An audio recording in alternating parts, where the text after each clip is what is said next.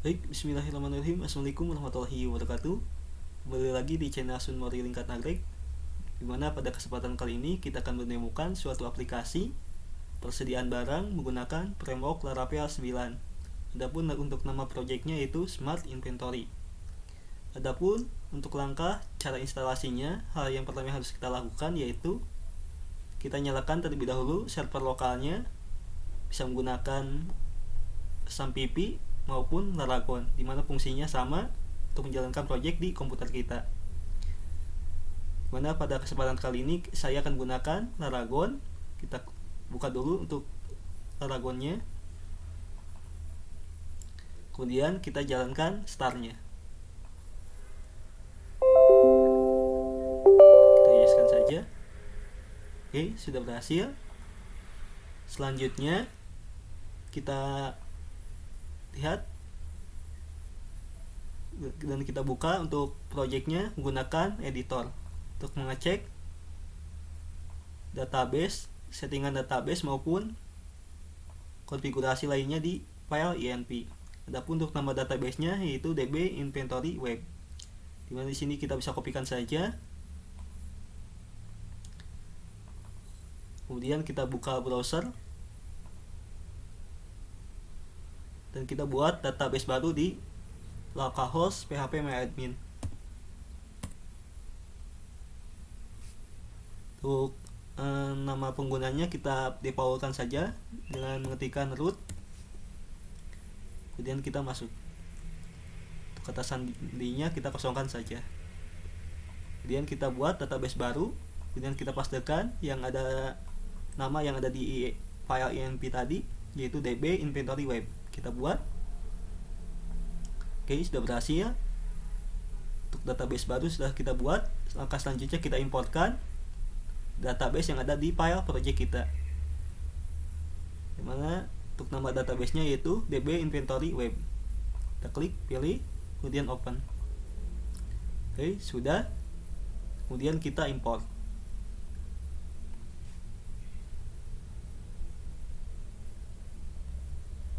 Oke, untuk database sudah berhasil import.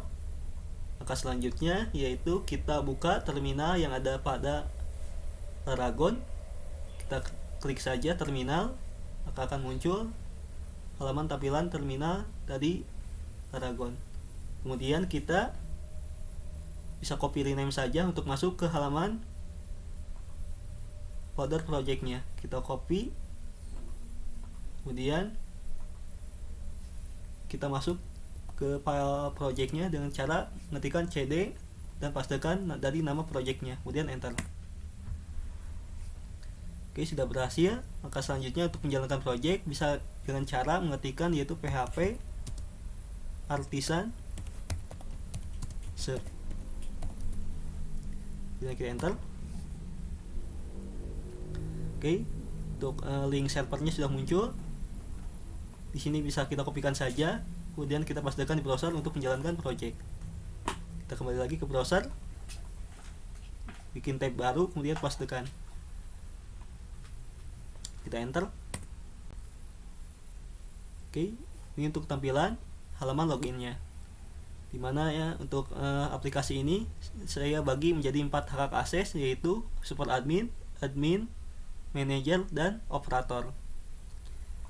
Adapun untuk username dan passwordnya, untuk super admin, untuk username-nya itu super admin, dan passwordnya itu 1 sampai 8. 1 2 3 4 5 6 7 8. Kemudian kita login. Oke, sudah berhasil login. Adapun ini untuk tampilan halaman dashboardnya, dimana terdapat beberapa fitur, diantaranya mulai dari master barang yang terdiri dari jenis, satuan, merek, dan barang. Kemudian ada data supplier, data customer, data transaksi meliputi transaksi barang masuk dan barang keluar, dan fitur laporan yang terdiri dari laporan barang masuk, laporan barang keluar, dan laporan stok barang. Dan fitur selanjutnya itu ada fitur setting yang terdiri dari fitur menu, fitur user yang terdiri untuk terdiri dari role, list, dan akses, dan fitur web.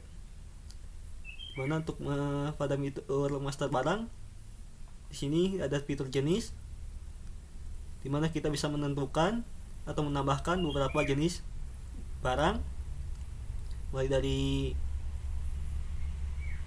cara menambahkan, mengedit maupun menghapusnya. Begitupun pada fitur lainnya seperti satuan. Di sini juga kita bisa menambahkan, mengedit maupun menghapusnya. Begitupun pada data merek, dan pada data barang pun juga sama. Dimana di sini kita bisa menambahkan, mengedit maupun menghapusnya. Begitupun yang ada pada data supplier dan data customer. Di sini juga kita bisa mengedit, menambah, dan menghapusnya. Adapun fitur selanjutnya itu ada fitur barang masuk, dimana di sini juga sama, kita bisa menambahkan, mengedit maupun menghapusnya.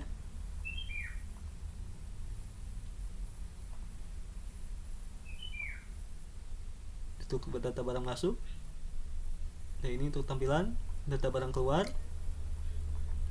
Di sini juga kita bisa mengedit, menghapus maupun menambahnya. Fitur selanjutnya itu ada fitur laporan, di mana terdiri dari 3 laporan, mulai dari laporan barang masuk,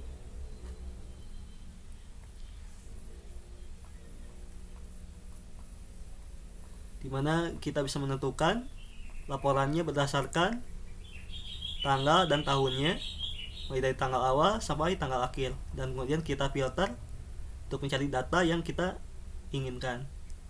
Dan di sini kita bisa mengekspornya mulai dari print langsung ataupun bisa dengan cara diekspor dulu ke PDF. Kita klik yakin.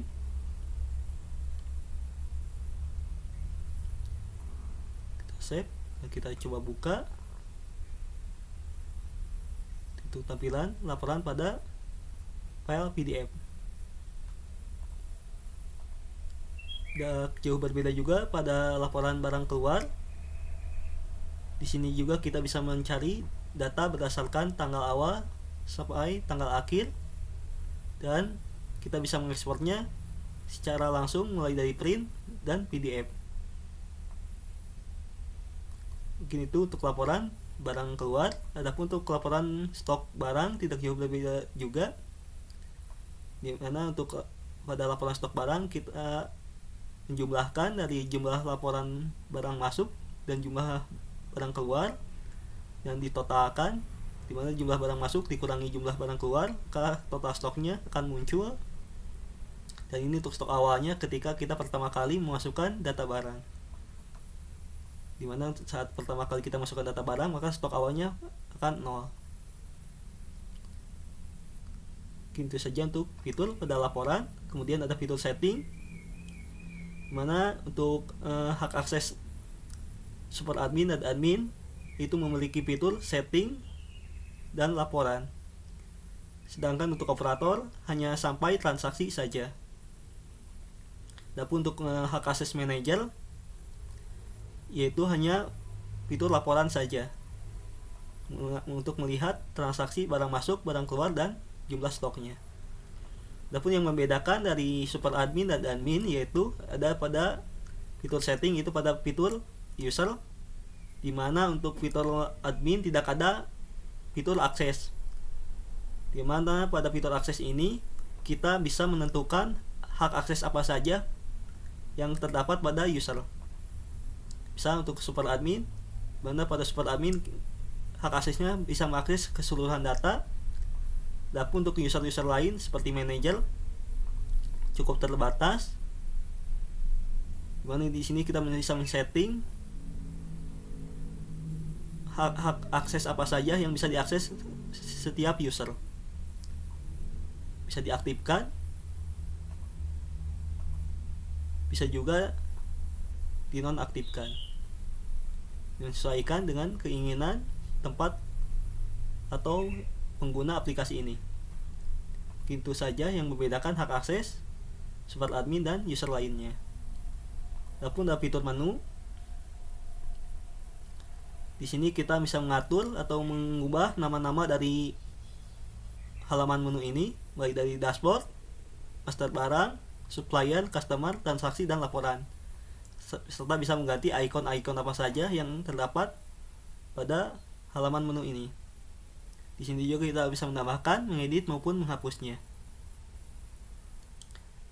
Terus selanjutnya itu ada fitur role, di mana bila mana kita ingin menambahkan role hak akses baru bisa ditambahkan di sini. Di sini juga kita bisa menambahkan, mengedit maupun menghapusnya. Selanjutnya yaitu ada fitur list, di mana pada fitur list ini terdapat beberapa list user yang sudah terdaftar, yaitu dari manager, operator, admin, dan super admin. Di sini juga kita bisa menambahkan, mengedit maupun menghapusnya. Fitur selanjutnya yaitu fitur akses yang sudah kita jelaskan sebelumnya, dan fitur selanjutnya itu ada fitur web, di mana pada fitur web ini kita bisa mengedit mulai dari nama aplikasinya itu Inventory Smart dan tampilan logonya. Gitu saja untuk fitur-fitur yang terdapat pada aplikasi Inventory Smart. Di sini juga kita bisa mengedit profil user mulai dari foto, username, password, dan ganti foto atau gambarnya. Gitu saja beberapa fitur yang terdapat pada aplikasi Inventory Smart.